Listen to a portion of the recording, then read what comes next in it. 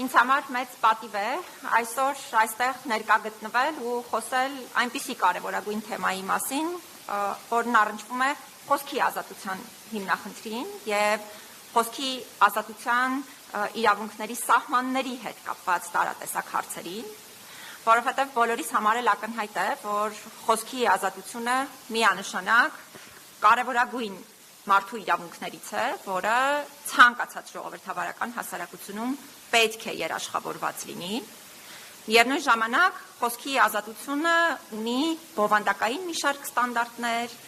ունի հստակ սահմաններ, որոնք յուրաքանչյուրիս կողմից պետք է ապահովված լինեն, եւ այստեղ է, որ բազմաթիվ իրավիճակներում ամբողջ աշխարհում եւ շատ ավելի ակնհայտ մեր տիպի պետություններում մենք գործ ենք ունենում բազում խնդիրների հետ, որոնք խոսքի ազատության եւ ոչ իրավաչափ խոսքի տեսակների, մասնավորապես օրինակ ատելության խոսքի, ապատեղեկատվության եւ այլ համատեքստերում վնաս են հասցնում ոչ թե պարզապես անհատների կամ առանձին դերակատարների, այլ իրականության մեջ վնաս են հասցնում նաեւ, եթե ես իմ դերակատարության տեսանկյունից խոսեմ, հենց մարդու իրավունքների ամբողջ համակարգի։ Եվ այս մասին է, որ ուզենամ մի փոքր իմ ողջույնի խոսքի շրջանակներում ավելի մանրամասն խոսել, նկատի ունենալով նաև այն հանգամանքը, որ այս ծրագիրը սկսվում է մի կարևորագույն ժամանակահատվածում, երբ մենք Հայաստանի Հանրապետությունում ունենալու ենք նաև համապետական ընտրություններ եւ բոլորիս համար ակնհայտ է, որ խոսքի ազատության իրացման հետ կապված խնդիրները շատ ավելի ակնհայտ են դառնում հենց ընտրությունների, հատկապես համապետական ընտրությունների ժամանակահատվածում։ Այն, որ պետության կողմից խոսքի ազատությունը, մեդիա ազատությունը պետք է երաշխավորված լինի եւ նաեւ լրագրողների անվտանգությունը պետք է երաշխավորված լինի, բնականաբար քննարկման ենթակա հարց չէ եւ պետությունը այս ուղղությամբ պետք է առավելագույն ջանքեր գործադրի, սա միանշանակ է եւ նաեւ ցանկացած վարքագծի տեսակ, որը չի համապատասխանում խոսքի ազատության, մեդիա ազատության իրավունքի շրջանակներին, պետք է արժանանա յուրաքանչյուրիս կողմից հակազդեցության։ Միևնույն ժամանակ խոսքի ազատության սահմանները պետք է պահպանված լինեն յուրաքանչյուր դերակատարի կողմից եւ ես նշեցի արդեն, որ հաճախ է ատելության խոսքի, ապատեղեկատվության դրսևորումը մարդու իրավունքների համակարգի վրա ազդեցություն ունենում։ Այս տեսանկյունից կուզենամ հատկապես շեշտադրել այն հանգամանքը, որ ընտրական գործընթացների շրջանակներում մեր տիպի պետություններում, դարձյալ ուզում եմ հատուկ շեշտադրել, որովհետև սա բնորոշ չէ ամբողջ աշխարհին, մարդու իրավունքները շատ հաճախ են գործիքայնացվում եւ գործիք են հաճախ դառնում հենց քաղաքական դերակատարների ձեռքին, ընդ որում օգտագործելով իրավունքների ամենախոցելի ասպեկտներին վերաբերելի տարբեր հանգամանքներ։ Հայաստանում հատկապես տեսանելի է, եթե այս դիտանկյունից խնդիրներին անդրադարձ կատարենք, մարդու իրավունքների շատ այսպես զգայուն թեմաների գործիքայնացումը ընտրություններին նախորդող ժամանակահատվածում։ Երևի ամենահայտնի օրինակներից մեկը հենց Եվրոպայի խորհրդի կոնվենցիաներից մեկին է վերաբերում, մասնավորապես Ստամբուլյան կոնվենցիային, որը շատ կարևոր գործիք է ընտանեկան բռնության դեմ պայքարի համար,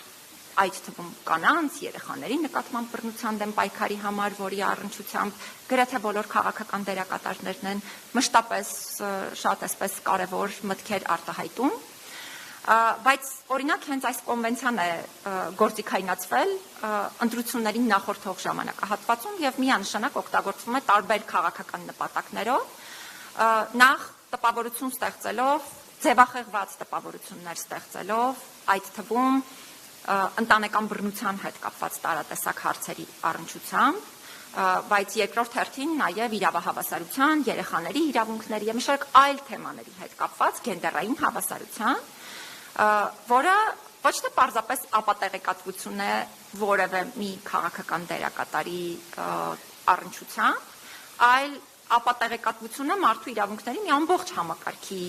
առնչությամբ, ինչը բնականաբար չի սահմանափակվում միայն ընտրական գործընթացի վրա ազդեցությամբ, այլ սահմանափակվում է մարդու իրավունքների ամբողջ համակարգի, տարածվում է մարդու իրավունքների ամբողջ համակարգի վրա ձևախեղված տպավորություններ եւ հանրային ընկալումներ ստեղծելու այդ համակարգի վրա։ Երկրորդ ամենաայսպես ակտուալ թեմաներից, որը դարձյալ գործիքայնացվում է հատկապես նախընտրական ժամանակահատվածում ու ընտրությունների ընթացքում, հաշմանդամություն ունեցող անձանց և հաշմանդամություն ունենալու հանգամանքը գործիքայնացնելն է քաղաքական խոսույթի համատեքստում։ Օրինակ շատ հաճախ կարելի է հանդիպել տարբեր քաղաքական հայտարարությունների, որոնք ըստ էության ուղղված են որևէ այլ քաղաքական դերակատարի թիրախավորելուն, բայց ամբողջ այդ ձևակերպման պրոցեսը իր մեջ պարունակում է հենց հաշմանդամություն ունեցող անձանց թիրախավորում։ Հատկանշական էր, որ նույնիսկ մեր մոնիթորինգի արդյունքները ցույց էին տվել, որ Եվրոպայի խորհրդի մարդու իրավունքների հանձնակատարի Հայաստան այցի ընթացքում նույնիսկ այդ այցի հետ կապված բազմաթիվ քաղաքական դիտարկումներ հենց հաշմանդամություն ունեցող անձանց թիրախավորելու միջոցով էին իրականացվում, չգիտեմ, օգտագործելով օրինակ խուլուհամր, այս մարդիկ խուլուհամր են եւ նման այլ ձևակերպումներ, որոնք իրապես խնդրահարույց են։ Մենք ինքներս էլ մեր վերջին գործերից մեկը որ ունեինք սահմանադրական դատարանում, որը վերաբերում էր դատավորի պաշտոնում տեսողության խնդիրներ եւ լսողության խնդիրներ ունեցող անձանց համար նախատեսված արգելքի վերացմանը, դարձյալ թիրախավորվել էր այդ ամբողջ գործընթացը այն ձևակերպումներով քաղաքական գործիչների կողմից, որ ամոթ է, որ Հայաստանում օրինակ կույր մարդը կարող է դատավոր դառնալ եւ այլն։ Վերջին օրինակը երևի բերեմ եւ շատ չծանրաբեռնեմ մարդու իրավունքների հետ կապված հենց այս օրինակները ներկայացնելով։ Հայաստանում երևի թե ամենալայն տարածում ունեցող խտրական ատելության խոսույթներից մեկը, որը իր մեջ նաեւ շատ դեպքերում ապատեղեկատվություն է պարունակում եւ ամենահաճախ օգտագործողներից է քաղաքական գործընթացների շրջանակներում, հատկապես նախընտրական ժամանակահատվածներում, ազգային պատկանելության կամ էթնիկ հիմքով խտրական ու ատելության խոսքն է։ Մենք նույնիսկ քաղաքական դերակատարներ ունենք, ում քաղաքական լոզունգները հենց նման ձևակերպումների վրա են հիմնված, այսինքն կոնկրետ ազգային պատկանելության կամ էթնիկ պատկանելության հիմքով մարդկանց թիրախավորելու ձևաչափով։ Չեմ ուզենա հիմա շատ մանրամասն սրա վերաբերյալ խոսել, բայց կուզենամ հատուկ արձանագրել, որ շատ կարևոր է նաև Եվրոպայի խորհրդի անհանդուրժողականության եւ ռասիզմի դեմ կոմիտեի դիտարկումը այս հարցի առնչությամբ, որը եւս հատուկ անդրադարձել է այս խնդրին եւ այս առումով շատ կարևորում եմ Եվրոպայի խորհրդի դերակատարությունը եւ իմ վստահությունն եմ հայտնում, որ մեր բոլորի հանձնառության պարագայում հնարավոր կլինի առնվազն պատշաճ հակազդել երևույթին, որովհետև այս բոլոր թեմաների հետ կապված խոսելիս մեզանից յուրաքանչյուրը ամենօրյա ռեժիմով թիրախավորվում է նաև։ Բայց կուզենամ այստեղ ամփոփել բովանդակային խոսքս ու անդրադառնալ շնորհակալական խոսքի, մասնավորապես ուղղված Եվրոպայի խորհրդին։ Ես ուզում եմ հատուկ արձանագրել, որ իմ խորին համոզմամբ առաջին հերթին որպես մարդու իրավունքների պաշտպան եմ խոսում, Եվրոպայի խորհուրդը բացառիկ դերակատարություն ունի Հայաստանում ժողովրդավարության եւ իրավունքի գերակայության ստանդարտների ամրապնդման հարցում եւ այս առումով կարեւոր է ինչպես Եվրոպայի խորհրդի որպես շատ կարեւոր կազմակերպության ամբողջ համակարգը եւ վերջինիս դերակատարությունը, բայց դրա հետ մեկտեղ կարեւոր են նաեւ այն մարդիկ, որոնք գործի են դնում այս ամբողջ գործիքները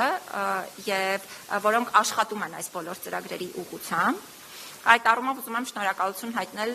նաեւ պարոն Լոնգանգեին եւ իր ամբողջ թիմին, Երևանյան գրասենյակի ամբողջ թիմին, որովհետեւ մենք գրասենյակի հետ ունենք, կարելի ասել, մեր ամենաարդյունավետ եւ կայուն համագործակցություններից մեկը, որը կարծում եմ նաեւ շատ կարևոր արդյունքների է բերում մարդու իրավունքների դիտանկյունից։ Ուզում եմ նաև շնորհակալություն հայտնել թե պետական մարմինների, թե միջազգային կազմակերպությունների, թե քաղաքացիական հասարակության մեր այն բոլոր գործընկերներին,